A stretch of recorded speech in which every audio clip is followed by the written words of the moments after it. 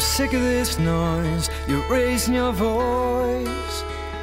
You're getting under my skin. I'm planning to escape. I'm running away to a place where the sun shines and the weather. Boys, the introduction I have for you tonight on Pat is not on what a great shark or springbok he is. It is on what a great Clifton Prep pupil he was, and I had the privilege of teaching Pat and a couple of other great lads in grade 7 in 2003. So without doubt, one of Clifton's greatest sons returning onto his field, ladies and gentlemen, Patrick Lambie. Thank you very much.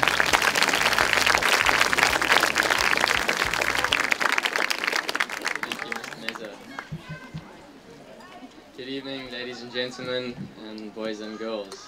I feel very humbled and privileged to have been invited to address you here tonight. It's great to be back at Clifton, where I have so many fond memories. I remember arriving on my first day in grade 1 in my car keys and floppy hat, as nervous and as excited as I am before any rugby game. It's hard to believe that that was 15 years ago now. I can still feel the blisters on my feet from my sandals when I think about it. I can still remember some other things too, like the big tub of sunblock we used to have in the classroom, a squirt from which was compulsory before going outside, and the rivalries between the barbarians, Trojans and Crusaders, as strong as those I'm involved in today with the Sharks and Bulls, or the Sharks and Stormers.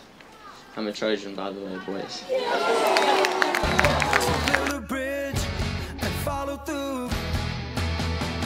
Because I'm over you. This conversation is raging and I'm falling behind.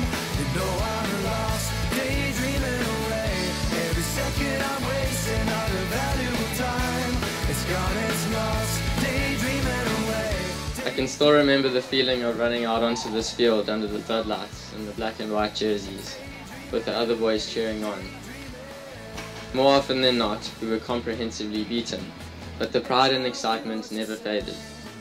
I was quite the chubby little boy, and not too speedy on the rugby field, but the coach did earmark me as a solid crash ball centre. Looking back on it now, I realise that I had some of the happiest years of my life at Clifton. I feel very fortunate to have been to a school like this, albeit from grade 1 to 7. Speaking of fortune, I was one of the lucky ones to be taken on the UK cricket tour in 2003. And for those of you who are going, what an awesome opportunity. Not only did we have such fun on our trip, there were a number of valuable life lessons that we learned too.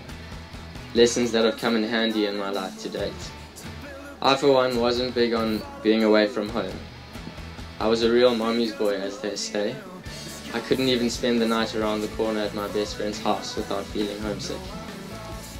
Being so far away for 3 weeks really made me grow up and realize that it wasn't bad at all.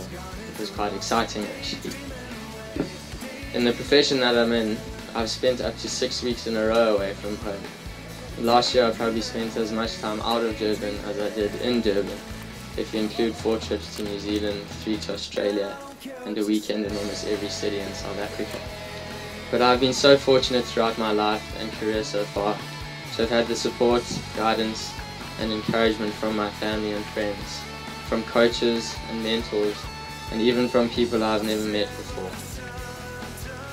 This, together with the opportunities that I've been afforded, has allowed me to live my dream. A dream that started in this very place, sitting in a classroom over there. While Mr. Meza wrote another maths equation up on the blackboard, I was imagining what it would be like to play sport for my province and my country.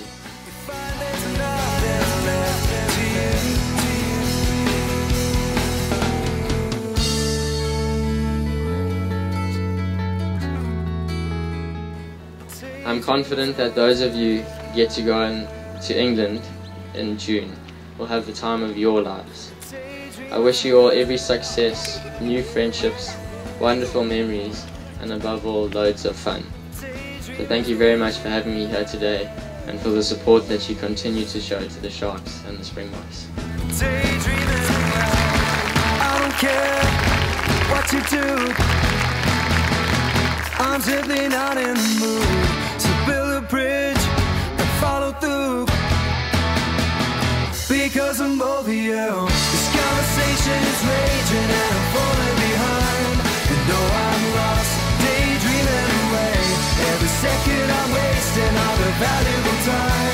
it's gone, it's lost, daydreaming away, daydreaming,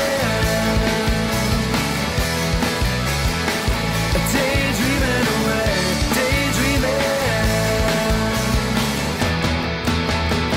And I don't care what you say.